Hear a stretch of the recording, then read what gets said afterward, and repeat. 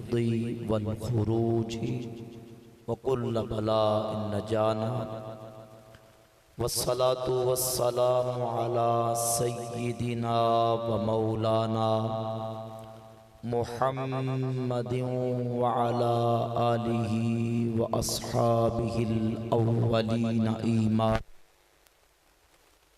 वल अहसनीना इहसाना वल अमकनीना ईक़ाना। अशहदु अल्ला इलाहा इल्लल्लाहु वहदहु ला शरीक लहु वला नज़ीर लहु वला मुशीर लहु वला वज़ीर लहु ला दिद्द लहु वला निद्द लहु वला ज़ौजत लहु वला वलद लहु वला वालिद लहु।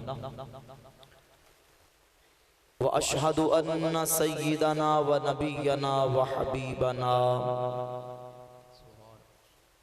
सय्यिदना व मौलाना मुहम्मदन अब्दुहु व रसूलुहु। अम्मा बअदु फ़अऊज़ु बिल्लाहि मिनश शैतानिर रजीम।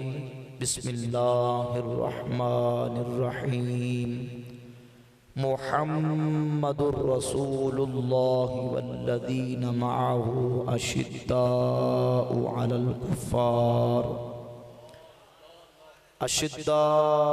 अलल कुफ़्फ़ारि रुहमाउ बैनहुम। सदक़ल्लाहु मौलानल अज़ीम व सदक़ रसूलुहुन नबियुल करीमुल अमीनुर रऊफ़ुर रहीम।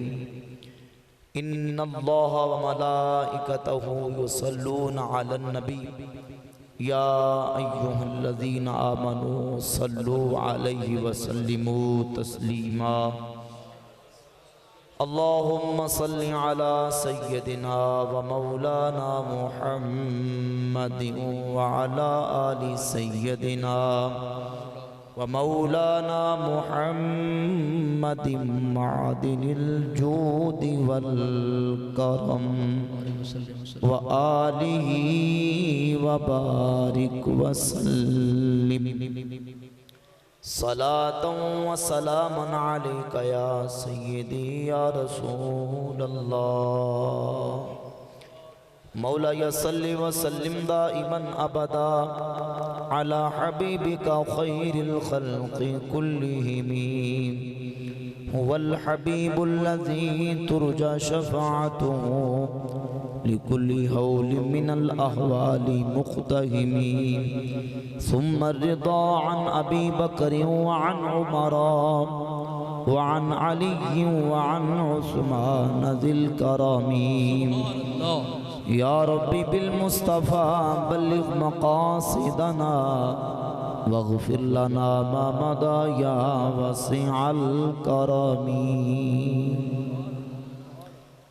अल्लाह रब्बुल आलमीन जल्ल शानुहु अम्मा नवालुहु अतम बुरहानुहु की हम्दो सना हुज़ूर नबी रहमत शफ़ी उम्मत ताजदार अंबिया हबीब किबरिया अहमद मुज्तबा जनाब हज़रत मुहम्मद मुस्तफ़ा सल्लल्लाहु तआला अलैहि व अला आलिहि व अस्हाबिहि व बारक व सल्लम की बारगाह अक़दस में दुरूद व सलाम का नजराना पेश करने के बाद मुअज़्ज़ज़ व मुहतरम सामीन व हाज़रीन उलमाए किराम बरादरान इस्लाम अस्सलामु अलैकुम व रहमतुल्लाहि व बरकातुहू। आज की ये अज़ीमुश्शान महफ़िल पाक ज़िक्र व फ़ज़ाइल अहले बैत व सहाबाए किराम रज़ियल्लाहु ताला अन्हुम अजमाइन इन मुबारक हस्तियों के ज़िक्र के हवाले से आज की ये अज़ीमुश्शान महफ़िल पाक मुनअक़िद की गई। बरादरम भाई अदनान सरवर साहिब हाफिज़हुल्लाह ने बंदा नचीज़ को हुक्म दिया, उनके हुक्म पर मैं आपके सामने आज की इस महफ़िल पाक में अक़ीदा अहले सुन्नत व जमात, कुरान व सुन्नत, सहाबा और अहले बैत के अक़ायद व नज़रियात की रोशनी में इंशाअल्लाह ताला बयान करने की सादत हासिल करूँगा। दोस्तों गिरामी कदर, अल्लाह रब्बुल आलमीन ने हमें अहले सुन्नत व जमात को ऐसा मुबारक और पाकीज़ा अकीदा अता फरमाया है कि हम हुजूर की मोहब्बत और हुजूर की निस्बत से जिन जिन हस्तियों का अल्लाह के महबूब से ताल्लुक़ और निस्बत है, हम अपने आका की वजह से उन सब से मोहब्बत करते हैं, क्योंकि हमें अपने आका मौला सल्लल्लाहु अलैहि वसल्लम की ज़ात अक़दस से मोहब्बत है। और जिस मुहिब को अपने महबूब से सच्ची मोहब्बत होती है, फिर मोहब्बत का तकाजा ये है कि मुहिब अपने महबूब से निस्बत रखने वाली सारी चीज़ों से मोहब्बत करता है, उनसे प्यार करता है, मोहब्बत करता है। ये अहले सुन्नत की इश्क रसूल और मोहब्बत रसूल की एक दलील है अल्लाह के फजल करम से कि जहां आके हुजूर की निस्बतों से मोहब्बत जमा होती है, वो अल्लाह ने अहले सुन्नत व जमात को अकीदा अता फरमाया। जब हम सबको मानते हुजूर की वजह से हैं, सबकी इज्जत हुजूर की वजह से करते हैं, तो भाई जिसे जिसे हुजूर की निस्बत हासिल होगी सबके साथ मोहब्बत करनी होगी। और समझिए जरा, निस्बत को समझे, निस्बत को, निस्बत जो है ये कितनी अहम और जरूरी है। निस्बत की वजह से एक आम चीज खास हो जाती है, एक अदना हो तो निस्बत मिलने से वो आला हो जाती है। निस्बत से पहले वो आम थी, लेकिन किसी आला से निस्बत हो जाए तो वो चीज भी आला हो जाती है। पहले अदना थी, आला से निस्बत हो जाए तो वो आला हो जाती है। निस्बत से चीजों की इज्जतों कदरों मंजरत बढ़ जाती है। और जिसे निस्बत मुस्तफा मिल जाए, मोहम्मद से निस्बत बड़ी चीज है, खुदा दे ये दौलत बड़ी चीज है। देखिए मिसाल देके मैं अर्ज करता हूं, देखिए समझे जरा। एक भट्ठा ईंटें बनाने वाला ईंटें बनाता है, अव्वल दर्जे की, दोम दर्जे की, सिवम दर्जे की ईंटें एक भट्ठे से बनती हैं। अव्वल दर्जे की ईंट एक ही कीमत, एक ही क्वालिटी, एक सच्चे से, एक भट्ठे से तैयार होने वाली ईंट है, कीमत उसकी एक है। एक बंदा भट्ठे से ईंटें खरीद के लाता है, वो खरीद के लाके अपने वॉशरूम में, टॉयलेट में, लैट्रिन में लगा देता है। दूसरा बंदा उसी भट्ठे से उसी कीमत की, उसी दर्जे की ईंटें खरीद के लाता है, अपने मकान को लगा देता है। तीसरा खरीद के लाता है, अपने बाहर बाजार सोलंग में लगा देता है। और चौथा खरीद के लाता है, वो मस्जिद के मेहराब में लगा देता है। जब तक वो ईंट भट्ठे के अंदर मौजूद थी, उसकी निस्बत मस्जिद के साथ, ताल्लुक मस्जिद के साथ नहीं हुआ था, उसकी वो कदर मंजिलत और वो उसकी रिस्पेक्ट और इज्जत नहीं थी। लेकिन जब वो ईंट अल्लाह के घर मस्जिद में लग गई तो वो काबिल एहतराम हो गई। भाई उसी दर्जे की ईंटें, उसी कीमत की ईंटें कोई वॉशरूम में लगा रहा है, कोई सोलंग पे लगा रहा है, कोई अपने मकान पे लगा रहा है, कोई दुकान में लगा रहा है, उनकी कोई इज्जत नहीं। लेकिन उसी भट्टे से उसी कीमत की और उसी दर्जे की ईंट आई, जब मस्जिद में लगी तो मेहराब में लगे तो हम हाथ फेर के अपने सीने पे लगाते हैं कि यह अल्लाह का घर है। एक कारखाना कागज तैयार करता है, कागज उसी क्वालिटी का, उसी कीमत का, उसी कागज पर नावल छपते हैं, उसी कागज पर डाइजेस्ट छपते हैं, उसी कागज पर ड्रामे छपते हैं, उन्हीं कागजों के ऊपर फिल्में छपती हैं, उसी कागज के ऊपर अखबार छपता है। और उसी कारखाने से उसी कीमत और क्वालिटी का कागज एक बंदा खरीद के लाया, लाके उसने प्रेस पे दे दिया, कहा इस पर अल्लाह का कुरान छाप दो। अब जब उस कागज की निस्बत कुरान के साथ हो गई, अभी प्रेस पे आने से पहले वो आम था, लेकिन कुरान की निस्बत से वो कागज खास हो गया। समझ आई? तो मोहब्बत से सुभान अल्लाह कहते जरा। अब समझिए जरा कि निस्बत से चीजों के हकाम कैसे बदल जाते हैं। एक वो शख्स जब अभी दरे मुस्तफा तक पहुंचा नहीं था, वो आम था, लेकिन जब मेरे मुस्तफा को ईमान की हालत से देख लिया, वो सहाबी बन गया। फिर जब उसने रुखे मुस्तफ़ा देख लिया, हुजूर का दीदार कर लिया, हुजूर की सोहबत पाली, इमाम इब्ने हजर मक्की हैतमी फतावा हदीसिया में फरमाते अन्ना शर्फ सोहबत व रुयत रसूलिल्लाह सल्लल्लाहु अलैहि व आलिहि वसल्लम ला युआदिलुहु अमलन व ला युवाज़िहि शर्फुन। फरमाते एक लम्हा रुखे मुस्तफ़ा को देख लेना ये इतना बड़ा अमल है, कायनात का कोई अमल इस अमल का मुकाबला नहीं कर सकता। ये इतना बड़ा शर्फ है, कोई शर्फ इसका मुआजना नहीं कर सकता। ईमान से बताएं, जिसने एक लम्हा हुजूर को देखा हो, कोई वली गौस कुतुब अब्दाल अखियार औताद अबरार उसके मकाम तक नहीं पहुंच सकता, तो जिसने मक्का में मेरे मुस्तफ़ा के साथ जिंदगी गुजारी हो, जो मदीना में मेरे हुजूर के साथ हो, जो सफर में मेरे नबी के साथ हो, जो हज़र में मेरे मुस्तफ़ा के साथ हो, जो हिजरत में मेरे नबी के साथ हो, जो आज मज़ारे पुर अनवार में मेरे मुस्तफ़ा के साथ हो, उस अबू बकर सिद्दीक़ की शान का अंदाजा कौन कर सकता है। इसलिए इमाम ज़ैनुल आबिदीन रज़ी अल्लाह ताला अन्हु से किसी ने पूछा था, हुजूर ये बताएं मा मंज़िलतु अबी बकर व उमर मिन नबी सल्लल्लाहु अलैहि वसल्लम। मुस्नद अहमद इब्न हंबल में और फ़ज़ाइल सहाबा में इमाम अहमद बिन हंबल दोनों किताबों में ये रिवायत लेके आए। इमाम ज़ैनुल आबिदीन सय्यदुस साजिदीन इमाम हुसैन के बेटे मौला अली के पोते पूछा, हुजूर मा मंज़िलतु अबी बकर व उमर मिन नबी सल्लल्लाहु अलैहि वसल्लम, अबू बकर उमर का हुजूर की बारगाह में क्या मकाम है।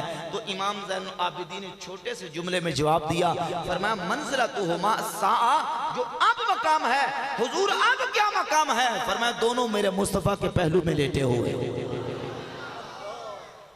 सुभान अल्लाह, उसने कहा ना जैसे समझ आई, जरा मोहब्बत से सुभान अल्लाह क्या था। आज हम लिखते हैं शान सिद्दीक फारूक ताकी दसा कीता अल्लाह ने जिन्ना दा उच्चा मकाम। शान सिद्दीक फारूक दा की दसा कीता अल्लाह ने जिन्ना दा उच्चा मकाम। ए सब्ज़ गुंबद ते थल्ले जो बचदी सिथा मेरे आका ते यारा ते कम आ गई। नारे तकबीर, नारे रिसालत, नारे तहकीक। अल्लाहु अकबर। फरमाते मंज़िलतुहुमा अस्साआ, जो अबू बकर उमर का आज मकाम है, दोनों हुजूर के पहलू में लेटे हुए। और वहां मकाम है जहां किसी तबर्रा करने वाले का तबर्रा नहीं जाता, जहां किसी लानत करने वाले काले की लानत नहीं जाती, जहां जाता है तो गुलामों का दुरूद व सलाम जाता है। जहां 70,000 सुबह 70,000 शाम जो आते हैं दोबारा उनकी बारी नहीं आती, अल्लाह ने वहां मुस्तफ़ा के यारों को मकाम अता फरमाया। अभी कुछ अर्सा पहले कराची के करामजी बोला, कहता कि जन्नत कदी नहीं बढ़ सकते जेड़े खा गए तेरे बाग ज़हरा। मैंने कहा अहमक, तुम अबू बकर उमर पे तारीफ करके ये कहना चाहते हो अबू बकर उमर जन्नत में नहीं जा सकते। वल्लाह सुन्नी शिया दोनों किताबों में ये बात और हदीस मौजूद है। मेरे आका करीम अलैहिस्सलाम ने फरमाया मां बैना बैती व मिंबरी रौज़तुम मिन रियादिल जन्ना, मेरे मिंबर से लेकर मेरे रोज़े तक जमीन का टुकड़ा, जमीन का ये टुकड़ा जमीन पर खुदा की जन्नत है। तुम कहते जन्नत में नहीं जा सकते, अल्लाह ने तो 14 सदियों से उनको जन्नत में लेटाया हुआ, वो तो दुनिया में जन्नत में लेटे हुए हैं, वहां अल्लाह ने महबूब के यारों को मकाम अता फरमाया। तो हमारा अकीदा अल्लाह के फजल करम से निस्बतों वाला, मोहब्बतों वाला। हम कहते हैं सहाबा और अहले बैत का मकाम तो बड़ा वराउल वरा, बड़ा बुलंदो बाला है। हम सुन्नी तो जो करें अपने दिल से पूछे, अपने तसव्वुर में जरा लेके आए। हम तो सुन्नी उन पत्थरों को भी का अदब करते हैं जिनकी निस्बत मदीने से हो जाती है, उन रोड़ों, उन कैंकरी खाक को अपनी आंखों का सुरमा बनाना सआदत समझते हैं जिस खाक पर मेरे नबी के कदम लगे हुए। अल्लाह अकबर। मौलाना हसन खासा बरेली रहमतुल्लाह अलैह के भाई आप फरमाते हैं न हो आराम जिस बीमार को सारे जमाने से न हो आराम जिस बीमार को सारे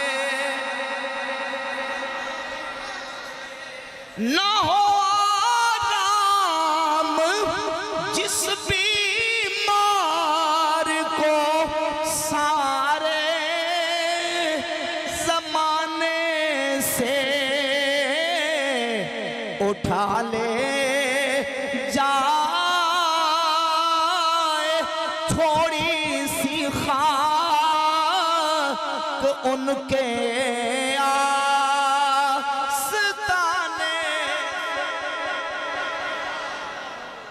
फरमाते हैं मदीने की मट्टी शिफा है। जिस बीमार को कहीं से शिफा न मिलती हो वो मदीने की मट्टी खा ले, मदीने की मट्टी इस्तेमाल करे, अल्लाह उसे शिफा अता फरमा। ये हुजूर के कदमों से लगने वाली मदीने की मट्टी का हम अदब व एहतराम करते हैं। ये हुजूर के कदमों से लग गई और ये सहाबा का मिजाज था। वो हुजूर की निस्बत से अदब करते थे, चीज़ों का एहतराम करते थे। सैयदा अस्मा रदी अल्लाह ताला अन्हा के पास नबी पाक अलैहिस्सलातु वस्सलाम का एक जुब्बा मुबारक था। सही मुस्लिम की हदीस है, फरमाया उनके पास जुब्बा था और वो क्या करते थे कि उस जुब्बे को पानी में डुबो देते, जो पानी बचता था मदीना के बीमारों को पिलाते थे, अल्लाह शिफा अता फरमा देता। अब ये कपड़े को निस्बत हुजूर से हुई। अब्दुल्ला बिन उमर सहाबी बहुत बड़े जलील कदर अजीमुल मर्तबत रजुल साले मुहिब्बु सुन्नह सहाबी। इमाम इब्न हिब्बान ने किताब उस-सिकात की दूसरी जिल्द में और काजी अयाल अश-शिफा में ये रिवायत लेके आए। अब्दुल्ला बिन उमर जब हुजूर की मस्जिद शरीफ में आते, हुजूर के मिंबर के करीब आते और मिंबर की जिस सीढ़ी पर अल्लाह के महबूब बैठा करते थे, अब्दुल्ला बिन उमर उस लकड़ी पर हाथ फेर के अपने मुंह पे मल लेते थे। कहा इस लकड़ी को मेरे मुस्तफा से निस्बत है।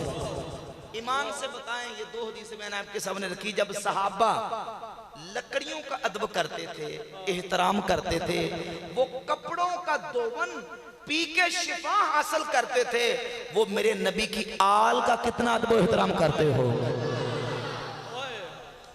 और उसकी एक झलक सही बुखारी के अंदर मौजूद है। उक़बा बिन हारिस सहाबी फरमाते रज़ी अल्लाह ताला अन्हु फरमाते हैं नबी करीम अलैहिस्सलातु वस्सलाम के विसाले अक़दस के चंद रातें बाद मुस्नद अहमद इब्न हंबल में बेलियालन के अल्फाज मौजूद हैं कि चंद रातें गुजरी थी। अबू बकर सिद्दीक रज़ी अल्लाह ताला अन्हु असर की नमाज पढ़ा के मस्जिद से बाहर निकले तो साथ मौला अली भी सिद्दीक अकबर के साथ थे।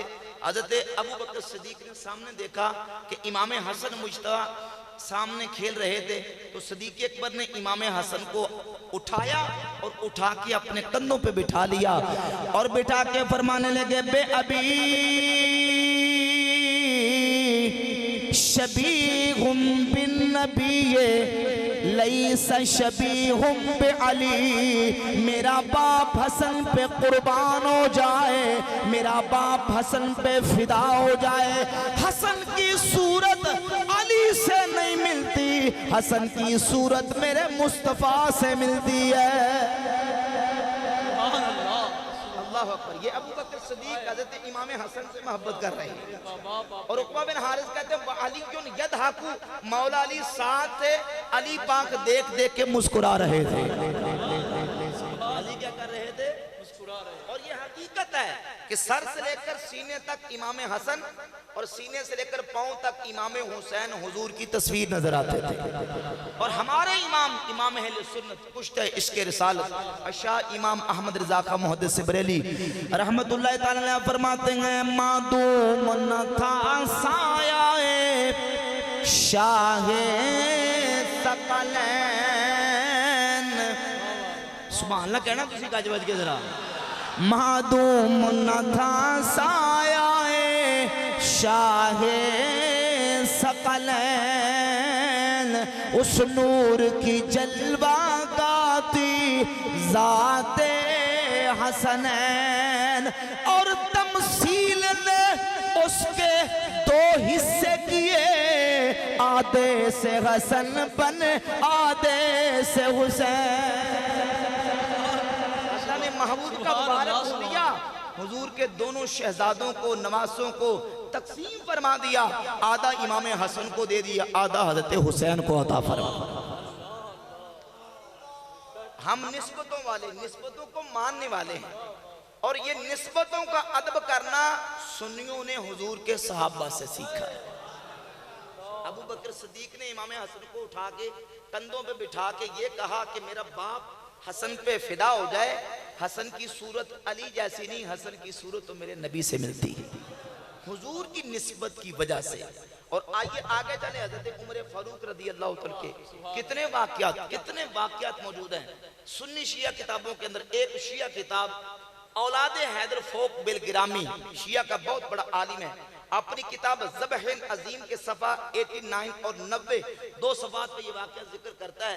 सैयदना उमर फारूक रदी अल्लाह तआला अन्हु का दौरे खिलाफत मदाइन फतह हुआ, और मदाइन का माले गनीमत हज़रत उमर पाक रदी अल्लाह तआला अन्हु के पास जब आया तो मुजाहिदीन अपना अपना हिस्सा लेने के लिए हज़रत उमर के पास आ गए। हज़रत इमाम हसन भी आए, इमाम हुसैन भी आए, कहा आतनी हक़ी मिम्मा अफ़ा अल्लाह ताला अलल मुस्लिमीन, ए अमीरुल मोमिनीन, अल्लाह ने जो मुसलमानों को माल दिया है हमें उसमें से हमारा हिस्सा दिया जाए।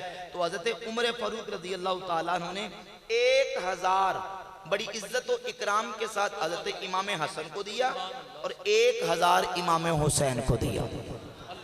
अब्दुल्ला बिन उमर बहुत बड़े जलील कदर सहाबी हैं, वो करीब खड़े थे, बेटे उनकी बारी आई तो 500 दिया। बेटे ठहर गए, कहने लगे हुजूर अब्बा जान अमीरुल मोमिनीन, अना रजुलुन मुश्तद्दुन अदरिबु बिस्सैफ बैन यदै रसूलिल्लाह सल्लल्लाहु अलैहि व आलिहि वसल्लम वल हसन वल हुसैन तिफलान यदरिजान फी सिककिल मदीना। मैं वो शख्स हूँ जो हमरे काबे मुस्तफा होके हुजूर के साथ मिल के काफिरों के खिलाफ तलवार के साथ जिहाद करता था। और हसन और हुसैन उस वक्त छोटे बच्चे थे, मदीना के गलियों में खेला करते थे। इनकी बारी है तो इनको 1000, मेरी बारी है तो मुझे 500 दिया। तो हज़रत सैयदना उमर फारूक ने जो जवाब दिया, औलाद हैदर फोक बिलग्रामी शिया आलिम अपनी किताब में नकल करता है, हज़रत उमर ने कहा कि ए बेटा फज़हब फाती बिअबिन का अबेहिमा व उम्मिन का उम्मिहिमा व जद्दिन का जद्दिहिमा व जद्दतिन का जद्दतिहिमा। ए अब्दुल्ला, अगर तूने भी 1000 लेना है, जा इनके बाप जैसा बाप लेके आ, इनकी माँ जैसी माँ लेके आ, इनकी नानी जैसी नानी लेके आ, इनके नाना जैसा नाना लेके आ। फरमाया सुन अम्मा अबूहुमा अलीयुनिल मुर्तदा,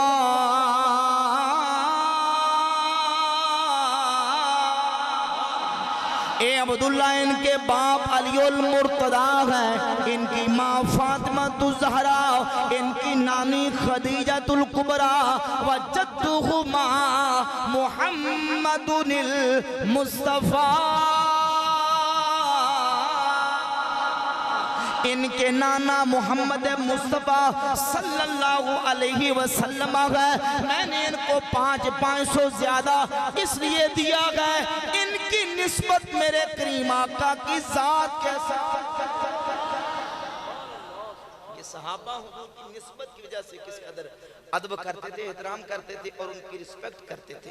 और यही अहले सुन्नत का अकीदा, हम कहते हैं हुजूर की आल में से आज 15वीं सदी में भी कुछ सैयद ज़्यादा हो, हुजूर की आल हो, हम उसका भी अदब व एहतराम हमारे ऊपर वाजिब ठहरता है। क्योंकि कौनैन में बुलंद है रुतबा हुसैन का। जिन्हों समझ आए मिलके मोहब्बत ना पढ़ दे। कौनैन में बुलंद है रुतबा हुसैन का, कौन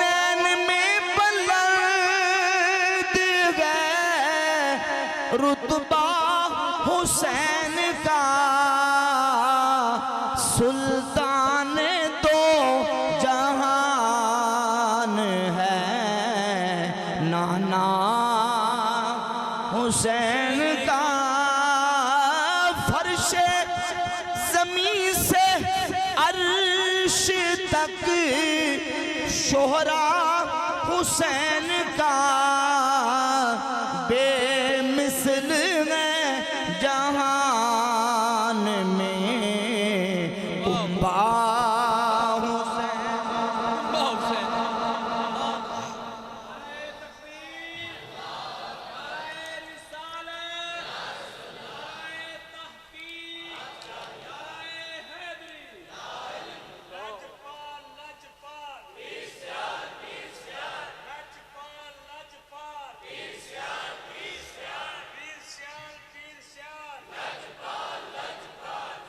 हज़रत उमर फारूक रज़ी अल्लाह ताला अन्हु का दौरे खिलाफत था। मुसन्नफ इब्न अबी शैबा के अंदर ये हदीस मौजूद है। हज़रत उमर के पास यमन से कुछ चादरें माल गनीमत के तौर पर आईं, तो हज़रत उमर ने सहाबा की औलादों को बुलाया कि मैं ये चादरें सहाबा के बेटों और उनकी औलाद के अंदर तकसीम करूं। हज़रत उमर तकसीम करते जा रहे हैं, देख रहे थे कि ऐसी चादर मिले जिस चादर को शहजादे इस्तेमाल करते हों, मैं वो चादर इमाम हसन और हुसैन को पेश करूं। सारी चादरें तकसीम करते करते सारी चादरें खत्म हो गई, लेकिन हज़रत उमर को चादर कोई पसंद, स्पेशल बंदा भेजा यमन के यमन जाओ और यमन से वो चादरें लेके आओ जो शहजादे इस्तेमाल करते हैं। बंदा यमन से चादरें लेके आया, इमाम हसन हुसैन को बुलाया और हज़रत उमर ने वो चादरें पेश की और पेश करने के बाद कहा अल आन ताबत नफ्सी, फरमाया चादरें शहजादों वाली शहजादों को देकर उमर का सीना दिल अब ठंडा हुआ। अल आन ताबत नफ्सी, अब मेरा दिल खुश हुआ है कि मैंने शहजादों वाली चादरें यमन से मंगा के शहजादों को पेश की। ये है मोहब्बत की बातें और ये है मवद्दत की बातें जो सहाबा अहले बैत के साथ थे और अहले बैत मेरे नबी के सहाबा के साथ। अब दूसरी जान मोहब्बत का पहलू देखिए, इसी मुसन्नफ इब्न अबी शैबा में दूसरी हदीस मौजूद है। मौला अली के पास एक चादर थी, मौला अली वो चादर हमेशा ओढ़ के रखा करते थे। तो जो कहना जरा हदीस की किताब से हवाला पेश करूं अल मुसन्नफ इब्न अबी शैबा, मौला अली चादर हमेशा लेके रखा करते थे। किसी ने पूछा हुजूर ये चादर आप हमेशा लेके रखते हैं, ये चादर आपको कहां से मिली, या ये चादर आप हमेशा अक्सर क्यों इस्तेमाल करते हैं? तो मौला अली ने जो जवाब दिया, हदीस के अंदर अल्फाज मौजूद हैं। मौला अली फरमाते हैं कसानी सदीकी व सफी व खलीली व खासी उमर। ऐ पूछने वाले क्या पूछता है, ये चादर मुझे मेरे सदीक ने, मुझे मेरे यार ने, मुझे मेरे खलील ने, मुझे मेरे सफी ने, मुझे मेरे खासुल खास यार उमर ने गिफ्ट की है। ये चादर मुझे उमर ने गिफ्ट की है। ये चादर इसलिए अली सीने के साथ लगा के रखता। ईमान से बताएं, जो उमर की दी हुई चादरें सीने के साथ लगा के रखते हों, वो उमर के साथ कितना प्यार करते होंगे और उमर उनके साथ कितना प्यार करते होंगे। और एक और हदीस सही बुखारी मुस्लिम से, सही मुस्लिम के अंदर 6187 नंबर हदीस और सही बुखारी के अंदर एक ही मौके की दो हदीसें, अल्फाज जरा मुख्तलिफ हैं। अब्दुल्ला बिन अब्बास रज़ी अल्लाह ताला अन्हुमा हुजूर के सहाबी भी हैं, नबी करीम अलैहि सल्लम के कज़न, हुजूर के चचा के बेटे भी हैं, मौला अली के शागिर्द भी हैं, मौला अली के साथी भी हैं, शागिर्द भी हैं और हुजूर के सहाबी भी हैं। हज़रत अब्दुल्ला बिन अब्बास कहते हैं कि हज़रत उमर की जिस वक्त शहादत हुई, मैं सही बुखारी पढ़ रहा हूँ, कोई किस्सा कहानी अखबारी रिपोर्ट वाक़या नहीं, सही बुखारी मुस्लिम की मुत्तफ़क़ुन अलैह हदीस है।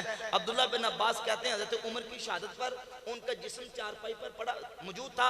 सहाबा किराम आके हज़रत उमर के लिए दुआ कर रहे थे कि एक शख्स मेरे पीछे से आया और उसने मेरे कंधे पे हाथ रख लिया और हाथ रख के कहने लगा अल्लाह उमर पे रहम फरमाए, अल्लाह उमर पे रहम फरमाए। अल्लाह उमर पे रहम फरमाए। मैंने जब भी अल्लाह के महबूब से सुना, हुजूर अक्सर यही कहा करते थे, कुंतु व अबू बकर व उमरो, मैं था और अबू बकर था और साथ उमर था। फ़अल्तु व अबू बकर व उमरो, मैं था और साथ अबू बकर था और साथ उमर था। वंतलक्तु व अबू बकर व उमरो, मैं चला और अबू बकर चला और उमर चला। यानी हुजूर ने अपने साथ अबू बकर का फिर साथ उमर का जिक्र किया। अब्दुल्ला बिन अब्बास कहते हैं, वो शख्स मेरे कंधे पे हाथ रख के ये कलिमात कह रहा था। मैंने जब पीछे पलट के देखा, फ़इज़न हुवा अली इब्न अबी तालिब, वो मौला अली थे जो हज़रत उमर की मनक़बत बयान कर रहे हैं। नाराए तकबीर, नाराए रिसालत, अज़मत व मकाम असहाबे रसूल। और इसी हदीस के अंदर 6187 नंबर सही मुस्लिम की हदीस है। उसी मौके पर मौला अली क्या कहते हैं, अल्लाह अकबर कबीरा। ये जिगरा थाम के जुमला सुनना, मौला अली की निगाह में हज़रत उमर का मकाम। अल्लाह की बारगाह में दुआ करते हैं, या अल्लाह कल क़यामत का दिन हो, अली तेरी बारगाह में आए, ए उमर तुमसे ज्यादा मैं किसी और को महबूब नहीं समझता, जिसके बारे में मैं ये ख्वाहिश करूं कि कल क़यामत वाले दिन जिसका नामा अमाल मेरे हाथ में हो। यानी मैं दुआ करता हूं, या अल्लाह कल हशर का मैदान लगा हो, अली के हाथ में उमर का नामा अमाल दे देना। अल्लाह अकबर। देखिए जरा, हज़रत अली की निगाह में हज़रत उमर का मकाम उमर था। मेरे हाथ में किसका नामा अमाल हो? सही मुस्लिम हदीस ने सही याद कर लो, हदीस 6187 ले काट के दिखा देना इंशाल्लाह अल्लाह दे फजल कर। 6187 नंबर हदीस है सही मुस्लिम की। मौला अली रज़ी अल्लाह ताला क्या चाहता। और सही बुखारी की 3671 नंबर हदीस है। आपके बेटे मौला अली के बेटे मोहम्मद इब्ने हनफिया ने आपसे पूछा, अबू जान ये बता, अय्युन नासी खैरुम बादा रसूलुल्लाह सल्लल्लाहु अलैहि वसल्लम, रसूलुल्लाह के बाद कौन हस्ती है जो सबसे अफजल है? तो मौला अली की ज़बान पर जिसका नाम आया वो ज़ात अबू बकर सिद्दीक रज़ी अल्लाह ताला। काला कुल्तु सुम्मा मन, मैंने कहा हुजूर अब्बा जान उनके बाद कौन है? फरमाया उनके बाद मकाम हज़रत उमर बिन खत्ताब रज़ी अल्लाह ताला। यही अहले सुन्नत का अकीदा है। ये किसका अकीदा है?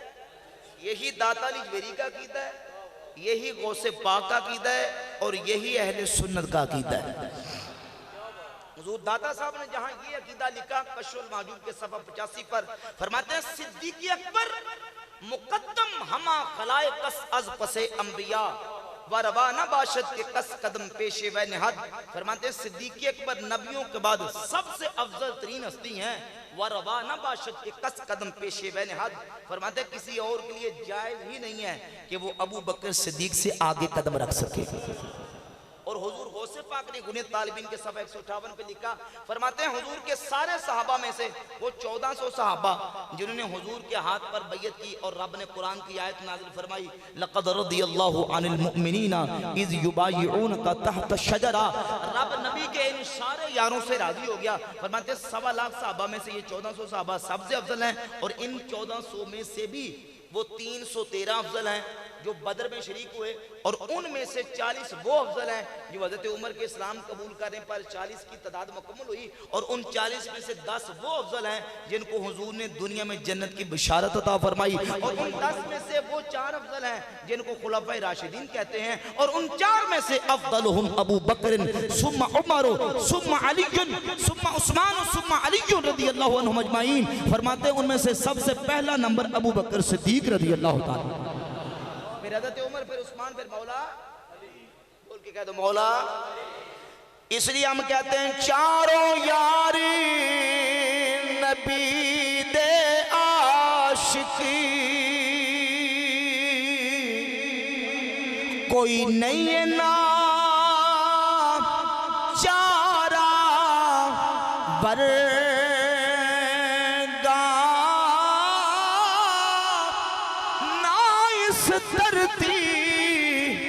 ए पैदा कीता इन जान सारा बरगा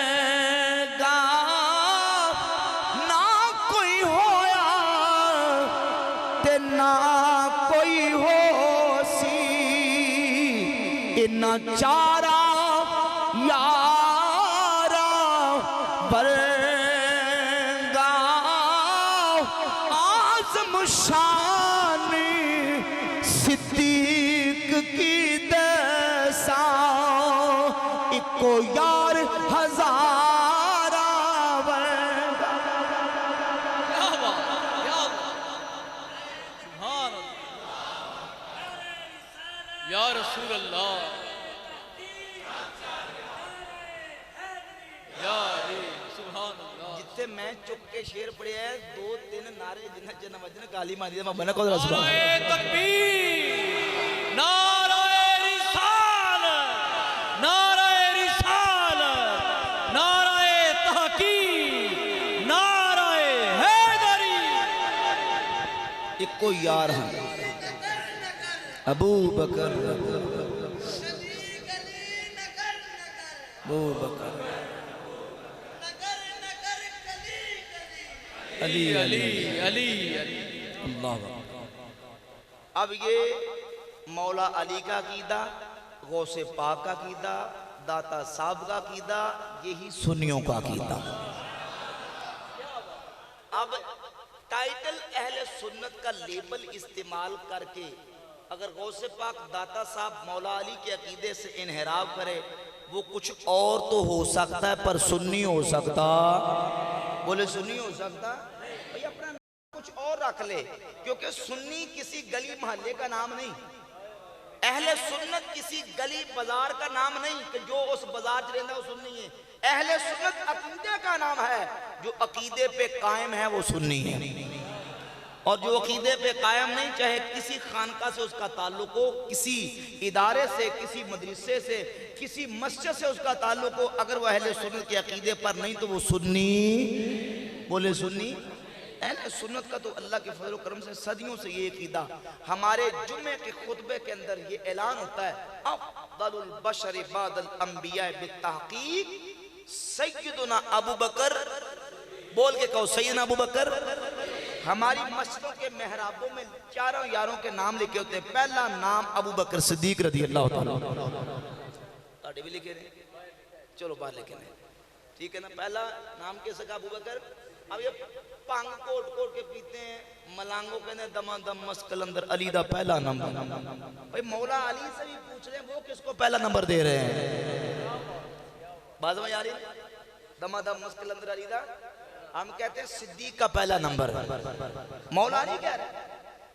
और एक रिवायत हमें हदीस आपके सामने रखता हूं, इमाम काजी अबू यूसुफ रहमतुल्लाह अलैह ने अपनी किताब किताबुल आसार हदीस का नंबर 924 सफा नंबर 207 इमाम अबू हनीफा की सनद के साथ ये हदीस लेके आए। मौला अली के सामने एक शख्स आया और उसने कहा मारा इतु अहद, तवज्जो करें, मारा इतु अहदन खैरन मिनका, या अली मैंने बड़े बड़े फजीलत वाले लोग देखे पर आपसे बढ़कर मैंने कोई नहीं देखा।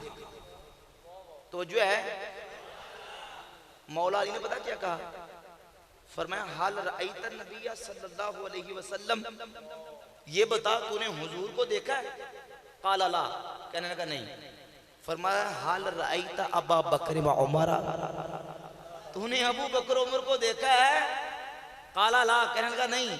फरमाया सुन फिर, लौ अखबरतनी अन्नका रअयत नबिय्य सल्लल्लाहु अलैहि वसल्लम दरबतु उनुका, अगर तू ये कह देता ना कि मैंने हुजूर को देखा, मैं तेरी गर्दन उड़ा देता, क्योंकि तूने मुझसे अफजल हस्ती अल्लाह के रसूल को देखा है। और अगला जुमला, लौ अखबरतनी अन्नका रअयत अबा बकर व उमर लअवजअतुका उक़बतन, और अगर तू ये कह देता कि मैंने अबू बकर उमर को देखा, मैं तेरे फिर भी लम्बे पा लेता, लअवजअतुका उक़बतन, मैं तुझे सख्त सजा देता, क्योंकि अबू बकर भी मुझसे अफजल है, हजरत उमर भी मुझसे अफजल है।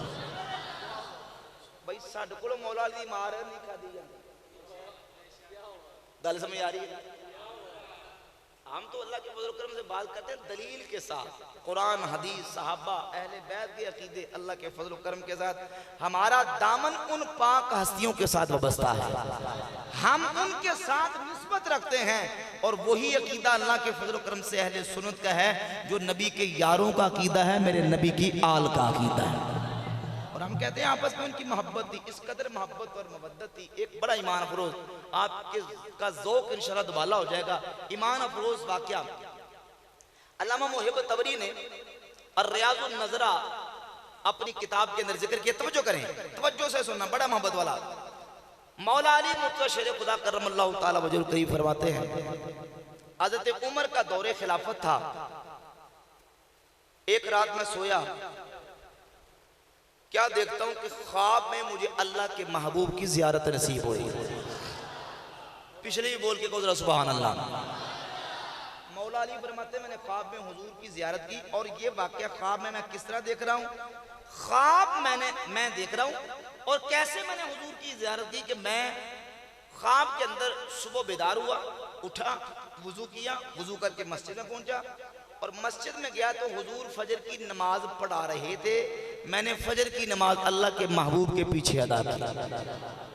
फजर की नमाज पढ़ाने के बाद अल्लाह के महबूब अलैहिस्सलाम अपने मुबारक मुसल्ले से दीवारे किबला के साथ हुजूर टेक लगा के मेरी तरफ तवज्जो करो, ताड़ी मेहरबानी। हुजूर दीवारे किबला के साथ टेक लगा के बैठ गए। अभी सरकार बैठे हुए थे कि मस्जिद के दरवाजे पर एक औरत ताजा खजूरों का टोकरा भर के लाई और हुजूर के सामने हुजूर की बारगाह में रख दिया। मेरे आका की बारगाह में खजूरों का टोकरा आया, सरकार ने एक खजूर उठाई और उठा के मेरी तरफ देखा। ये ख्वाब का वाकया मौला अली सुना रहे, मैंने ख्वाब में सारा कुछ देखा, ये ख्वाब का वाकया। फरमाते हैं हुजूर ने खजूर उठाई और खजूर उठा के मेरी तरफ देखा और फरमाया कि अली खजूर खाओगे? मैंने कहा हुजूर खाऊंगा। हुजूर ने वो खजूर मेरे मुंह में डाल दी। सरकार ने दोबारा खजूर उठाई, कहा अली खजूर खाओगे? अर्ज की हुजूर खाऊंगा। सरकार ने दूसरी खजूर भी मेरे मुंह में डाल दी। अभी दिल में इश्तियाक था कि अल्लाह के महबूब मुझे तीसरी खजूर अता फरमाएंगे। फरमाते फन तबाह तू, मैं फौरन बेदार हुआ, देखा तो वाकया ख्वाब का था और ख्वाब की हालत में ये सारा कुछ हुआ।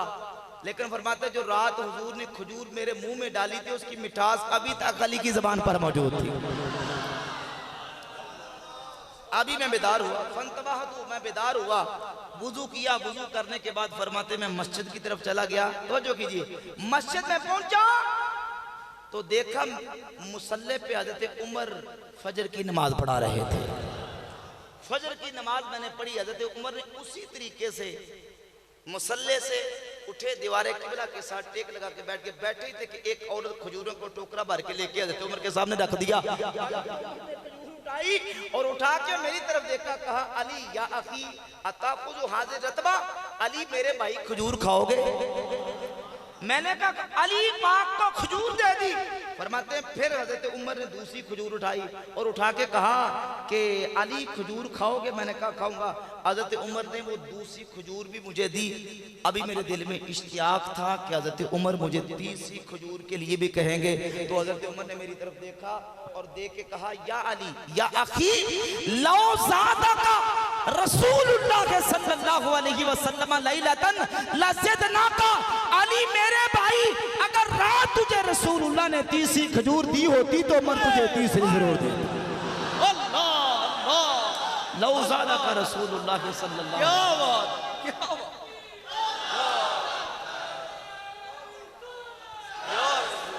सुभान अल्लाह, हक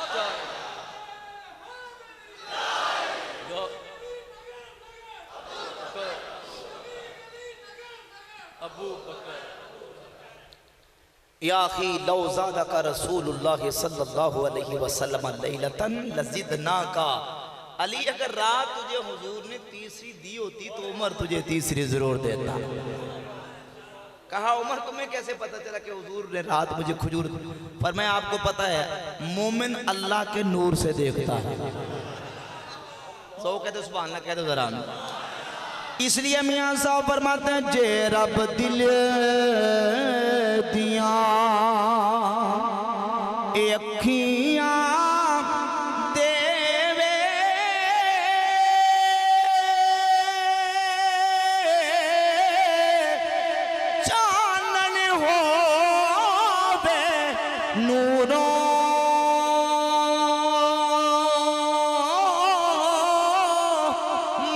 बाबू पानू सब नजरी आवे, क्या नेड़े क्या दूरो। इत्तक़ू फ़िरासतल मुमिन फ़इन्नहु यंज़ुरु बिनूरिल्लाह। फरमाया मोमिन की फरासत से डरो, वो अल्लाह के दिए नूर से देखता है। तो ये अल्लाह ने निगाहें, अल्लाह ने इशारा दी। अल्लाह अकबर। देखे मोहब्बत, देखे प्यार, उनकी उल्फत, उनकी मवद्दत और उनका, और वो काले दुश्मन साबित करने पे तुले होते हैं, वो अदावत साबित करने पे तुले होते हैं। हम कहते हैं सहाबा अहले बैत आपस में मोहब्बत करने वाले थे, सुन्नी सबसे मोहब्बत करने वाले थे। जिनका तज़किया नफ्स अल्लाह के महबूब ने फरमाया हो, जिनके दिलों को रसूलुल्लाह ने जोड़ दिया हो, उनके दिलों में आपस में कितनी गहरी मोहब्बत हो। रियाजुन नज़रा में रिवायत में मौला अली से पूछा गया, हुजूर अगर अपने दोस्तों का तज़किरा सुनाएं, अपने यारों का जिक्र सुनाएं। मौला अली ने फरमाया कि हुजूर के सारे यार अली के यार हैं, पूछ किसका जिक्र पूछना चाहता है। कहा अखबिरना अन अस्हाबिका खासा, या अली अपने खास खास यारों का तज़किरा फरमाया, नाम ले किसका पूछना चाहता है। हुजूर अबू बकर का जिक्र सुना दें। किसका जिक्र बोल के कहो, केदा अबू बकर। फरमाया क्या पूछता है, ज़ाका इमराउन सम्माहुल्लाहु सिद्दीक़न अला लिसान जिब्रीला व अला लिसान मुहम्मदिन सल्लल्लाहु अलैहि वसल्लम। फरमाया क्या पूछता है अबू बकर का जिक्र। अबू बकर तो वो है जिनको अल्लाह ने लिसान जिब्रील पर और लिसान मोहम्मद पर सिद्दीक का लक़ब अता फरमाया है। अबू बकर तो वो हैं जिनको अल्लाह ने अपने महबूब की ज़बानी और जनाब जिब्रील की ज़बानी सिद्दीक का टाइटल अता फरमा दिया। ये मौला अली अबू बकर उमर की शान है, और अबू बकर उमर मौला अली के बच्चों की शान में बयान फरमा रहे हैं। अभी मैंने दो वाक़यात आपके सामने रखे। ये है अहले सुन्नत का अकीदा, ये है अहले सुन्नत का मिजाज। बुखारी की हज़रत सिद्दीक़ अकबर ने कहा कि मोहब्बत कुर्बत है हुजूर की, बिल्कुल हुजूर की मोहब्बत। फरमाया कि नबी करीम सल्लल्लाहु अलैहि व आलिहि वसल्लम की जो कुर्बत है, ये सही बुखारी की हदीस है। अबू बकर सिद्दीक फरमाते हैं कि हुजूर की कुर्बत रसूलुल्लाह की औलाद की मोहब्बत और कुर्बत में तलाश करो।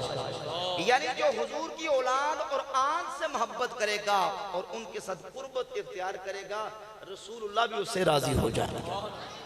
और फिर सहाबा इकराम रदी अल्लाह ताला अन्हुम की ज़वात गिरामी कदर, इस कदर उनके साथ अकीदत व मोहब्बत और मवद्दत रखते थे, और वो आपस में इस कदर शीरो शकर थे, इस कदर वो आपस में शफीक और मेहरबान थे कि अल्लाह के महबूब सल्लल्लाहु अलैहि व आलिहि वसल्लम के सहाबा आल के और आल मेरे नबी के असहाब की थी। बयान मैंने कर दिया है भाई। अदनान सरवर साहब ने कहा था कि बयान के बाद कुछ मुख्तसर एक स्लिप आई है, सवालात का भी सिलसिला होगा, कोई 10-15 मिनट तक। कोई दोस्त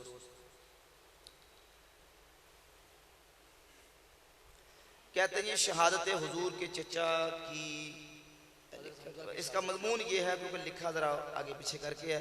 कहते हैं मीर हमजा रदी अल्लाह ताला अन्हु की शहादत पर हुजूर नबी करीम अलैहिस्सलाम ने कहा कि मेरे चचा पर रोने वाली कोई नहीं, औरतें और रोना शुरू करें, आपने मना नहीं किया। तो ये जो मसला है पूछा गया, इसका ज़रा बुनियादी तौर पर ये इसकी तमहीद समझ लें कि कुरान और सुन्नत अहले बैत की तालीमात की रोशनी में अहले सुन्नत का ये अकीदा है कि दुनिया में कितनी बड़ी से बड़ी क्यों ना मुसीबत आ जाए, मुसीबत के आने पर बेसब्री का मुजाहरा करना इस्लाम में इसकी इजाज़त नहीं, बल्कि मुसीबत के आने पर सब्र करने का हुक्म दिया गया। वाज़े साफ सरी अहदीस मौजूद हैं सही बुखारी के अंदर, सही मुस्लिम के अंदर। नबी पाक अलैहिस्सलाम ने फरमाया मन लतमल खुदूदा व शक्कल जुजूबा व दाअ बिदावल जाहिलियत, जिसने अपने गिरेबानों को फाड़ा और अपने चेहरे पर मातम किया और जाहिलियत की पुकार की, उसका हमारे साथ कोई ताल्लुक नहीं। वो हम में से नहीं है उसका हमारे साथ कोई ताल्लुक नहीं है जो ऐसा अमल करेगा। और इस कदर शदीद वईदात इरशाद फरमाइए कि नोहा खानी करने वालियां और बैन करने वालियां और मातम करने वालियां कल क़यामत वाले दिन आएंगी कि तुकाम व अलैहा सिरबाल मिन कितरान व दिरउ मिन जरब, उनके ऊपर गंदक का लिबास पहना दिया जाएगा, खारिश की उनको ओढ़नी पहना दी जाएगी।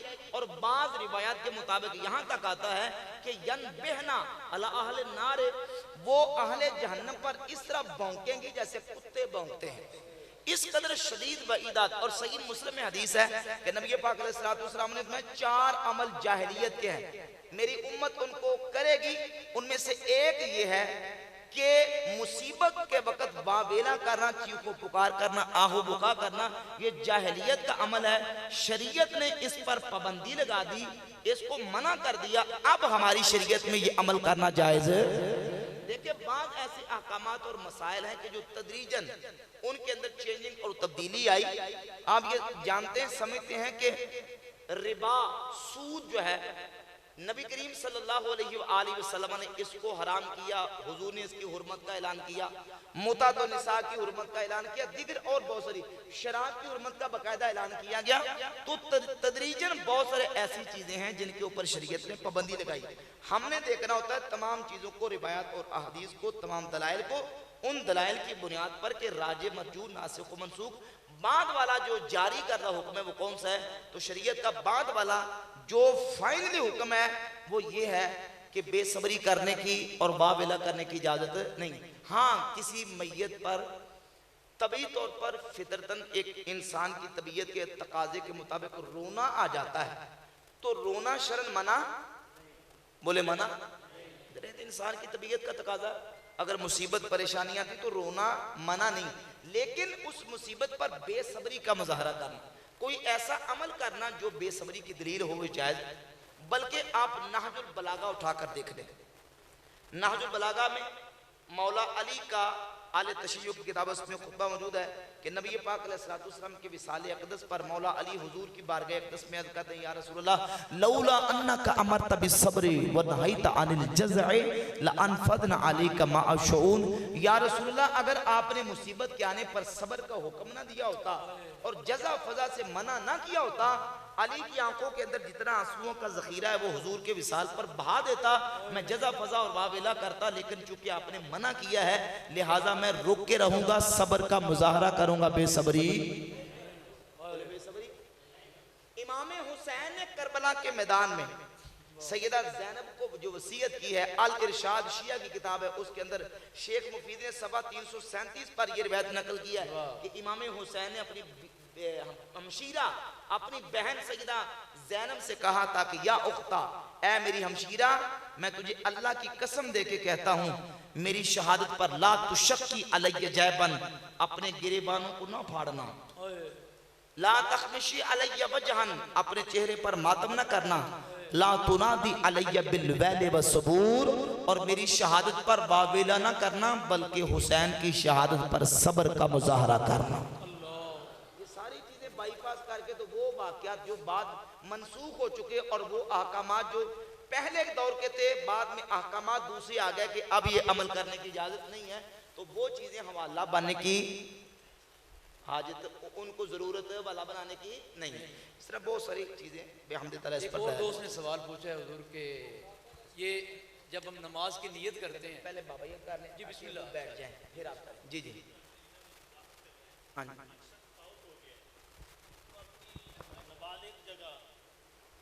बालिग औलाद छोड़ गया, उनके विच एक बालिग है, 3-4 नाबालिग हैं, तो आखिरकार अहबाब भी आना है, अफसोस है ताज़ियत वास्ते, उलमाए किराम ही आना है, नात खाम ही आना है। कुछ तो उनके नाबालिग नो, एक बालिग है या सारे ही नाबालिग नो, क्या उसके तरका विचों खर्च कर, मुतलक में गल जनरल गल कर रहे हैं, सिर्फ सवाल कर दो मैं जवाब दे देना, मैं थोड़ा समझ गया सवाल। बुजुर्ग फरमा रहे हैं, एक बंदा फौत हो गया और पीछे उसकी नाबालिग औलाद है, सारी नाबालिग है या कुछ नाबालिग हैं और कुछ बालिग हैं। तो अब बंदे के फौत होने के बाद उसके जो बाकी उसका तरका वरासत है, जो कि शरई तौर पे ऑटोमेटिक उसकी औलाद के अंदर तकसीम हो चुकी है, उस माल में से क्या उस जो कि नाबालिग बच्चों का भी माल है, उसमें से उस मैयत की तरफ से जो हमारे यहाँ बाद जगह पे कट की सूरत होती है, चलीसमा बहुत बड़े बड़े चलीसमे और बड़े बड़े कट होते हैं, 20-20, 25-25, 30-30 देगे लोग पका के बरादरी को इकट्ठा करके खिलाते हैं, या इस तरह दीगर उस माल में से अखराजात करना ये शरन जायज है कि नहीं? तो बड़ा अच्छा उनका सवाल है, इसको समझ लें कि देखें जब बंदा फौत होता है तो उसके फौत होते ही उसकी विरासत ऑटोमेटिक शरई तौर पे उसके वारिसों के अंदर मुंतकिल हो जाती है। वारिस बालिग हों नाबालिग हों, जिस भी हालत में हो, शरई तौर पे मैयत की विरासत उसके वरासा में मुंतकिल हो जाती है। अब जब विरासत मुंतकिल हो गई तो अब उसके बचे हुए माल में से कोई बंदा अपनी तरफ से खर्च करके उसको किसी भी माद में खर्च करता है, तो जब तक सारे बुरासा की इजाजत ना हो उसको खर्च करने की इजाजत।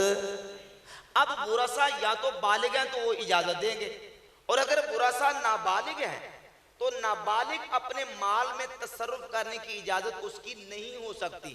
कोई दूसरा बंदा उस नाबालिग के माल में तसर्रुफ और अपनी तरफ से कोई उसमें इस्तेमाल नहीं कर सकता।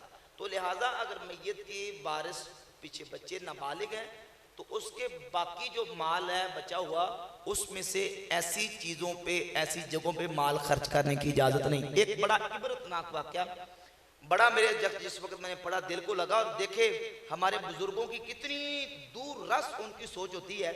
एक अल्लाह के वली थे बुजुर्ग, तवज्जो से सुनना वाक़या ज़रा। हमारे यहाँ ये होता है कि लोग हलाल हराम का कोई फर्क नहीं करते, कोई परवाह नहीं, छोटी छोटी चीज़ें वही इंसान की खराबी का बायस बन जाती हैं। एक अल्लाह के वली थे बुजुर्ग, किसी अपने दोस्त की तीमारदारी के लिए गए और ऐन उस मौके पर पहुंचे कि जिस वक्त उस बंदे का इंतकाल, सकरात का आलम था, गरे की हालत थी, इंतकाल होने वाला था। पहुंचे, जो ही वो तीमारदारी के लिए पहुंचे तो उनके घर में चिराग जल रहा था। तो जो करें जरा, चिराग जल रहा था तो उन्होंने तीमारदारी की और उनकी मौजूदगी में वो बंदा फौत हो गया। जिसकी तीमारदारी करने गए थे वो फौत हो गया। जो ही वो फौत हुआ उसकी रूह निकली तो उस अल्लाह के वली ने, बुजुर्ग ने फौरन उस चिराग को फूंक मार दी, चिराग बुझा दिया। लोग करीब बैठे थे, कहा हजरत ये क्या किया आपने, चिराग बुझा के अंधेरा कर दिया। तो आपने जवाब दिया कि जब तक ये बंदा साहिबे खाना जिंदा था ये चिराग इसके माल से खरीदे हुए तेल से इस्तेमाल हो रहा था, चल रहा था। जो ही ये फौत हुआ तो शरई तौर पे इसका सारा माल इसके नाबालिग बच्चों में मुंतकिल हो गया। अब मैं इस चिराग की, चूंकि चिराग का काम, चिराग से रोशनी ली जाती है ना, खुशबू को सूंघा जाता है, पिया तो नहीं जाता ना, तो खुशबू से काम क्या लिया जाता है, सूंघा जाता है। चिराग से काम क्या लिया जाता है, उससे रोशनी ली जाती है। तो कहा कि मैं नहीं चाहता कि मैं किसी यतीम के माल से फायदा हासिल करूं। हमारी सोच भी वहां जाती है, बात में आ रही। लेकिन जिनकी फिक्र आखिरत की जिनके दिलों में होती है उनकी सोच बड़ी दूर तक होती है। कहा मैं नहीं चाहता कि इस चिराग से रोशनी लेके मैं यतीम के माल को इस्तेमाल करने वाला और यतीम के माल को खाने वाला बन जाऊं। तो जब इतनी एहतियात शरीयत की यहाँ है तो फिर उस मैयत के माल में से नाबालिग बच्चों का जो हिस्सा है उसमें से इस्तेमाल करने की भी शरन इजाज़त नहीं है। इस तरह का एक बड़ा ईमान अफरोज वाक़या कि सैयदना उमर बिन अब्दुल अजीज रदी अल्लाह ताला अन्हु जब बैतुल माल में जाया करते थे तो एक दिन बैतुल माल में गए तो आपने इस तरह नाक पकड़ा हुआ था, सारे बैतुल माल का चक्कर लगाया, वापस तशरीफ ले आए। दरोगा बैतुल माल ने पूछा हुजूर ये क्या मामला, आपने नाक पकड़ के सारे बैतुल माल का विजिट किया और बाहर तशरीफ ले आए। फरमाया मुझे इतला पहुंची थी कि बैतुल माल में कस्तूरी आई है। सुभान अल्लाह कह रहे हो, बैतुल माल में कस्तूरी आई थी। और कस्तूरी से नफा क्या, खुशबू का ही नफा होता है ना, उसको सूंघा जाता है। तो फरमाता है चूंकि बैतुल माल की कस्तूरी थी, मैंने इतना भी गवारा नहीं किया कि बैतुल माल की कस्तूरी की खुशबू मेरे नाक में जाए। इस कदर एहतियात अल्लाह के जो बंदे थे वो किया करते थे। और इनका ये सादा सा सवाल ठीक है जी, सवाल इनका जवाब हो गया कि जो यतीम नाबालिग बच्चे हैं उनके माल को आप तसर्रुफ नहीं कर सकते, वो इजाजत भी दे तो नहीं कर सकते क्योंकि वो नाबालिग माल। जी कि ये नियत करते हुए नमाज के लिए हाथों को कहाँ तक उठाना चाहिए, और अक्सर लोग जो है ना जब अत्तहियात में बैठते हैं तशहुद में, तो वो कुछ जो शहादत वाली उंगली को इशारा में देते हैं, कुछ जो है वो उंगलियां जो है वो पीछे ही रखते हैं, कुछ सारी उंगलियां छोड़ देते हैं। ठीक है। तो ये क्या सही तरीकाकार क्या है? पहला सवाल उनका ये है कि नमाज जब हम पढ़ने लगे तो हाथों को उठाते हैं, हाथों को कहाँ तक उठाया जाए। तो इस सिलसिले में चूंकि ये फ़िक़ी इख्तलाफी फ़ुरूई मसाइल हैं, इन मसाइल में अहादीस मुतअद्दिद मुख्तलिफ किस्म की आती हैं। अगर मैं सारी हदीसें पढ़ूँ तो फिर टाइम ज़्यादा हो जाएगा। उसका खुलासा ये है कि 6-7 अहादीस इस मसले पर आती हैं। उन तमाम अहादीस को मिलाकर ये उसका नतीजा निकलता है। उसमें से एक हदीस है बरा इब्न आज़िब रज़ियल्लाहु तआला अन्हु से है कि अन्ना नबी सल्लल्लाहु अलैहि व आलिहि वसल्लम इज़ा फ़तह सलाता, जब नबी पाक अलैहिस्सलातु नमाज शुरू करते तो आप अलैहिस्सलातु अपने हाथों को इस तरह उठाते हत्ता कि आपके अंगूठे आपकी कानों के लो के करीब हो जाते हैं। सुम्मा ला यरफ़उहुमा सुम्मा ला यऊदु, नबी करीम अलैहिस्सलातु वस्सलाम फिर दोबारा नमाज में अपने हाथों को नहीं उठाते थे। तो हाथों को इस तरीके से उठाया जाए कि हथेलियां बिल्कुल किबला रुख हों और अंगूठे जो वो कानों के बिल्कुल साथ जोड़ना जरूरी नहीं कि बंदा इस तरह जोड़े तो तब बात बनेगी। मकसूद ये है कि अंगूठे कानों की लौ के करीब हो जाएं और बिल्कुल हथेलियां किबला रुख हों, इस तरीके से हाथों को उठाया जाए। और जब वह हाथों को उठाएं यहाँ तक हाथ उठा लें और यहाँ से अल्लाह अकबर का आगाज करें। अल्लाहु अकबर, अल्लाह की अलिफ से शुरू करें और अकबर की राह पर आके अपने हाथों को मुकम्मल बांध लें। इसी तरीके से बाकी जो इंतकाल अरकान रुकू जाना है या कौमे की तरफ या फिर सजदे की तरफ, एक रुकन से दूसरे रुकन की तरफ मुंतकिल होना, तो तरीकाकार ये होना चाहिए कि एक रुकन से अल्लाह अकबर की अलिफ से शुरू करें और अकबर की राह पर जब मुकम्मल दूसरे रुकन में चले जाएं तो राह मुकम्मल हो। यानी क़याम करना तो अल्लाहु अकबर, फिर इस तरह सजदे जाना तो अल्लाहु अकबर, राह जो है वो सजदे में जाए। अच्छा, अगला सवाल था तशहुद में उंगली उठाने का। हाँ, तो उंगली का जो तशहुद में उठाने का, ये जो तशहुद में उंगली उठाते हैं, इसके पीछे अहादीस की रोशनी में तसव्वुर ये है कि ये अल्लाह रब्बुल इज़्ज़त की वहदानियत की गवाही देने के लिए है। ये क्या है? जब इंसान ज़बान से वहदानियत खुदाबंदी की गवाही देता है तो उंगली के साथ इशारा भी साथ शरीयत ने रखा ताकि ज़बान और उसका जो फेल है वो एक हो जाए। तो इशारा उंगली का ये शहादत की गवाही देने के लिए है। तो अब जब इशारा करना है, इशारा है, हरकत, जो बाज़ रिवायत में हरकत का लफ्ज़ है वो शाज़ रिवायत है। जो सही रिवायत है वो ये है कि नबी पाक अलैहिस्सलातु वस्सलाम ने उंगली से इशारा फरमाया। और इशारा किस चीज़ का फरमाया? शहादत की, शहादत का और वहदानियत का गवाही देने का। तो अब यह है कि उंगली को इस तरीके से उठाया जाए कि ये जो दरमियानी उंगली है जिसको वुस्ता कहते हैं, उसका और अंगूठे का ये हल्का बना लिया जाए और इस उंगली के साथ इशारा किया जाए। और जब आप इशारा कर लें ला इलाहा इल्लल्लाह, इल्लल्लाह कह के गवाही दे लें, तो फिर उसी तरीके से नॉर्मल सुन्नत के मुताबिक अपने हाथों को वापस लें। पहले आपने सुन्नत के मुताबिक इस तरह हाथ रखें, जब इशारा किया तो आपने इस तरह हल्का बना के इशारा किया, ला इलाहा इल्लल्लाह, इल्लल्लाह पर उंगली को रख दें और उसी तरीके से सुन्नत के मुताबिक अपने हाथों को फैला दें।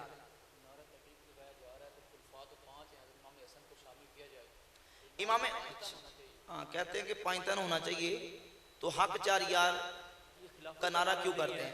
तो हम तो वैसे देखें, ये जो होता है ना नारा, नारा एक खास पस मंजर में मारा जाता है, जरा समझे बात को।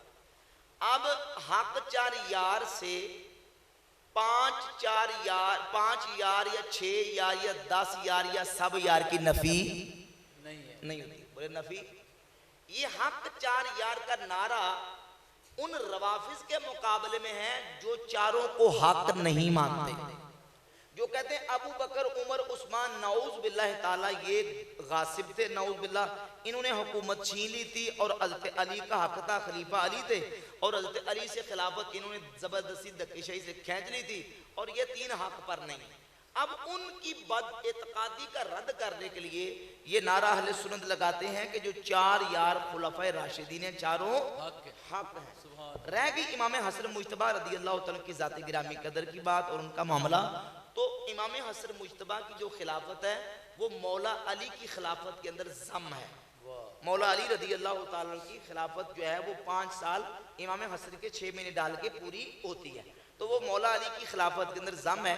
इसलिए चूंकि मौला अली की खिलाफत हक है तो इमाम हसन की खिलाफत भी हक है। तो चार यार का जो फिक्र है वो रवाफिज के रद्द के लिए, ठीक है जी। ये एक नीचे है जी सैयदा आयशा रदी अल्लाह तआला अन्हा पर तोहमत लगी तो हुजूर के पास गायब का इल्म होता तो सैयदा आयशा से फरमाते हैं। अब ये खारजियों का और गैर मुक़ल्लिदीन वहाबिया का एतराज़ है कि ये सैयदा आयशा रदी अल्लाह तआला अन्हा पर जब मुनाफिकीन ने नऊज़ बिल्लाह तआला तोहमत लगाई तो उस वक्त नबी सल्लल्लाहु अलैहि वसल्लम ने बताया क्यों नहीं कि मेरी बीवी आयशा वो पाक हैं। तो इससे साबित हुआ कि हुजूर को इल्म नहीं था। तो बताना ये इल्म के की नफी को, ना बताना इल्म की नफी को मुस्तलजिम नहीं होता। फिर यहां सवाल पैदा होगा कि नबी करीम अलैहिस्सलातु वस्सलाम इतनी देर तक खामोश रहे, वही भी नहीं आई, अल्लाह रब्बुल इज्जत की तरफ से आयात भी नाजिल नहीं हुई, कितने दिन गुजरने के बाद सूरह नूर नाजिल हुई। तो नऊज़ बिल्लाह ताला इससे कोई उठ के नऊज़ बिल्लाह कोई इतराज कर सकता है कि अल्लाह ताला को भी नहीं नऊज़ बिल्लाह ताला पता था, अल्लाह ने क्यों नहीं बताया? कि भाई इन कामों में अल्लाह और उसके रसूल की हिकमत होती है। किसी जगह पे किसी चीज का ना बताना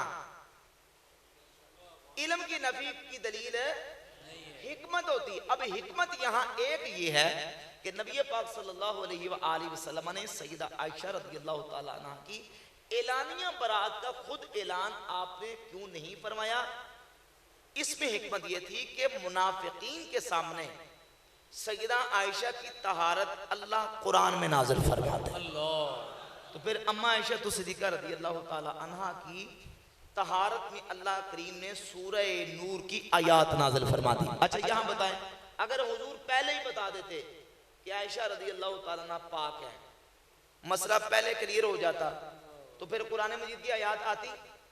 कुरान मजीद की आयात वहां हिकमत थी कि आनी थी, और कुरान मजीद का ये हिस्सा सैयदा आयशा की शान में नाजिल होना था। ये शर्फ अल्लाह ने अम्मा आयशा तो सिद्दीक़ा को अता फरमाना था, इसलिए हुजूर ने खामोशी इख्तियार फरमाई। हुजूर ये आखिरी इल्म ना होने की दलील नहीं। ये आखिरी सवाल है जी कि इमाम की इक्तदा में मुक्तदी जल्दी कर जाते हैं, ये बड़ा मसला है जी, अक्सर देखा जाता है। और अल्लाह अकबर से पहले इमाम के अल्लाह अकबर कहने से पहले खुद रुकन तब्दील कर जाते हैं। इस पे ये बहुत बड़ा सख्त गुनाह है कि इमाम अभी क़याम की हालत में और मुक्तदी रुकू चला गया। इमाम जो है वो अभी कौमे में है और मुक्तदी जो है वो सजदे में चला गया। बहुत सख्त शदीद वईद हदीस में मौजूद है। हदीस में हुक्म तो ये है कि इमाम इसलिए बनाया गया ताकि उसकी इक्तदा की जाए। जब वो तकबीर कहे तुम तकबीर कहो, और जब वो किरात करे तुम खामोश हो जाओ। इमाम की तुमने पैरवी करनी, इक्तदा करनी, इमाम के पीछे पीछे चलना है। और जो शख्स इमाम से सबकत करता है, इमाम से आगे बढ़ता है, तो उसके लिए हदीस में सख्त शदीद वईद है कि खदशा है कि उसके सर को गधे का बना दिया जाए। इतनी सख्त शदीद वईद उसके बारे में मौजूद है। लिहाजा इमाम से पहले, इमाम के आगे आगे इंतकाल अरकान नहीं करना, बल्कि इमाम के इक़दाम में इमाम के पीछे पीछे इंतकाल अरकान करना। व आखिर दावाना अल्हम्दुलिल्लाह रब्बिल आलमीन। जी जी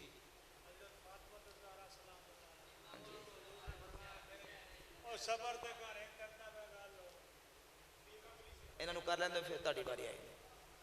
हजूर पाक सल्लल्लाहु अलैहि वसल्लम के 4 बेटियां कोई मतलूब। जी जी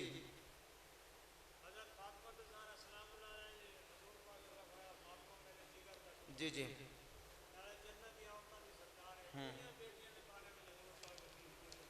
फरमाया। हूँ तुसी ना सुने हुए तो वक्री गल है। नबी पाक सल्लल्लाहु अलैहि वसल्लम की शहजादी सैयदा ज़ैनब रदी अल्लाह ताला अन्हा, उनके बारे में तो नबी पाक अलैहि सल्लम की हदीस है मजमू ज़वाइद में, दीगर हदीस की किताबों में, कि मेरी ये बेटी ज़ैनब मेरी बेटियों में से अफजल तरीन बेटी है। खैर व बनाती के लफ्ज़ है कि मेरी ये बेटी सबसे बेहतर सबसे अफजल बेटी है। तो हुजूर ने उनकी भी शान बयान की है, सरकार की सारी बेटियों की जो है वो शान मौजूद है। अलबत्ता ये कि उन सारी बेटियों में से मजमूई दलाइल के एतबार से सैयदा फातिमा ज़हरा रदी अल्लाह ताला अन्हा का मकाम और मर्तबा सबसे अफजल है। जनाब सैयदना याकूब अलैहिस्सलाम के 11 बेटे थे, तो उन बेटों में से याकूब अलैहिस्सलाम के बेटों में से सबसे अफजल बेटे कौन से? जनाब यूसुफ अलैहिस्सलाम। तो यूसुफ अलैहिस्सलाम के अफजल होने से बाकियों की नफी, वो भी हज़रत याकूब अलैहिस्सलाम के बेटे थे। अलबत्ता उन बेटों में से सबसे अफजल बेटे कौन थे? जनाब यूसुफ अलैहिस्सलाम। हज़रत दाऊद अलैहिस्सलाम के 19 बेटे थे, बाकियों को आपको नाम भी नहीं आता होगा, लेकिन उनमें से सबसे अफजल बेटे जनाब सैयदना सुलेमान अलैहिस्सलाम। बस फिर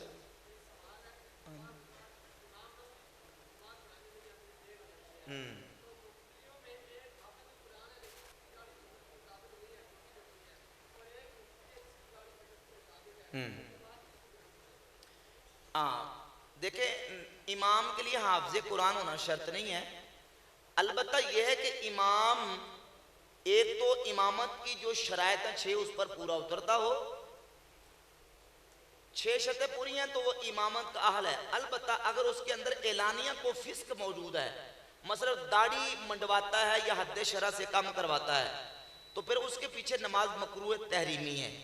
अगर कोई बंदा शराइत इमामत पर पूरा उतरता है, दाढ़ी उसकी पूरी है, मुतशर्रे है, और दूसरी तरफ हाफिज़ कुरान है और वो मुतशर्रे भी नहीं है, शरीयत का पास भी नहीं करता, तो उस हाफिज से बेहतर यह है कि जो शरीयत का पास करने वाला है और इमामत की शर्तों पर पूरा उतरता है, उसको इमाम बनाएं। हदीस में आता है कि तुम अपने इमाम उन लोगों को बनाओ जो तुम में से बेहतर है।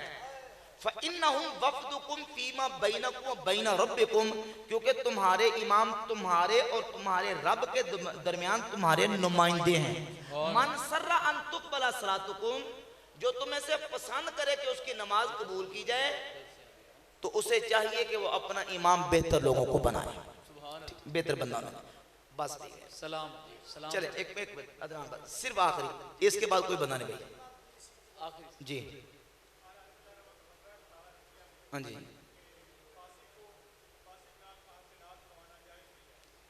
चले ये लंबी बात है, फिर कभी फिर तफसील देखें। हर हर मसला उसकी कई जगह पे डिटेल होती है। हाँ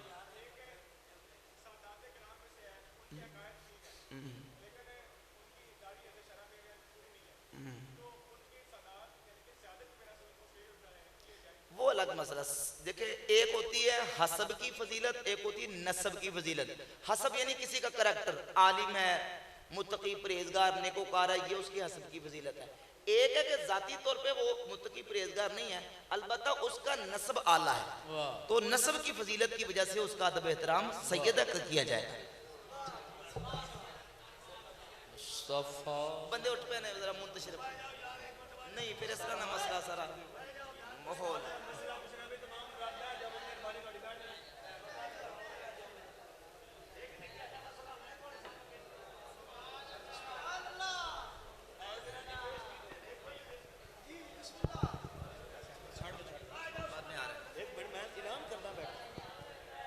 बैठ जाए भाई, तमाम हज़रात बैठ जाए, मेहरबानी फरमा के अपनी अपनी जगह पर तशरीफ रखें।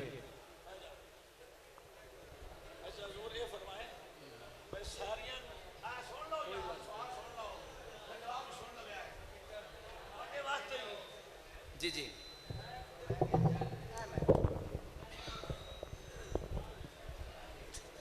ਤੁਹਾਡੇ ਵਾਸਤੇ ਯਾਦ ਕਰ ਰਹੇ ਹਾਂ। मैं तो शायद हो सकता पता होवे, ਤੁਹਾਡੇ ਵਾਸਤੇ ਯਾਦ कर रहा भाई सारिया नमाज़ों ਦੇ ਵਿੱਚ 15 मिनट अद्धा घंटा वक्फा है। सुबह की नमाज है तकरीबन पौना घंटा ही बन जाता है, घंटा ही बन जाता है। जोर की नमाज तकरीबन 2.5-3 घंटे ही बन जाते हैं। असर की नमाज घंटा सवा घंटा बन जाता है। मगरिब की नमाज फौरन अजान तो बाद क्यों पढ़ाई जाती है? इस वक्फा क्यों नहीं? ये मेरा सवाल है जी। हो सकता है मैनू पता होवे, सारे दे समझण वास्ते समझाने वास्ते मैं अर्ज कर रहा भाई इस नमाज दे विच वक्फा क्यों नहीं? ये फौरन अजान मुके उदे नाल मुक्तदी खलोते होवे जमात हो जावे। इहदी वजह की? इसकी वजह ये है, देखिए छोड़ दें बस।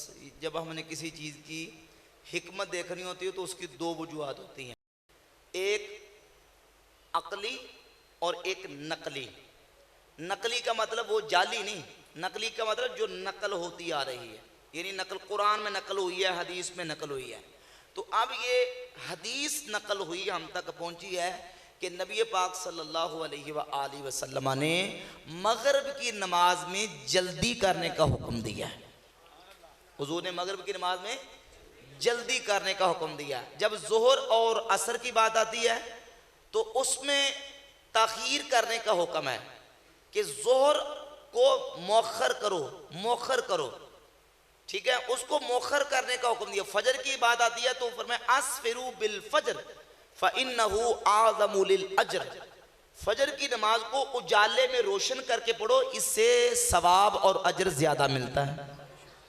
इसी तरह जोहर की नमाज का टाइम आता है तो जोहर की नमाज के बारे में नबी करीम अलैहि सल्लम की हदीस है कि जोहर की नमाज को मौखर करो। इन्ना शिद्दतल हदीस का मजमून यह है कि जो गर्मी की शिद्दत है वो जहन्नम की भाप है, यानी जैसे जैसे गर्मी ख़त्म होती है तो जोहर की नमाज को ठंडा करके पढ़ो।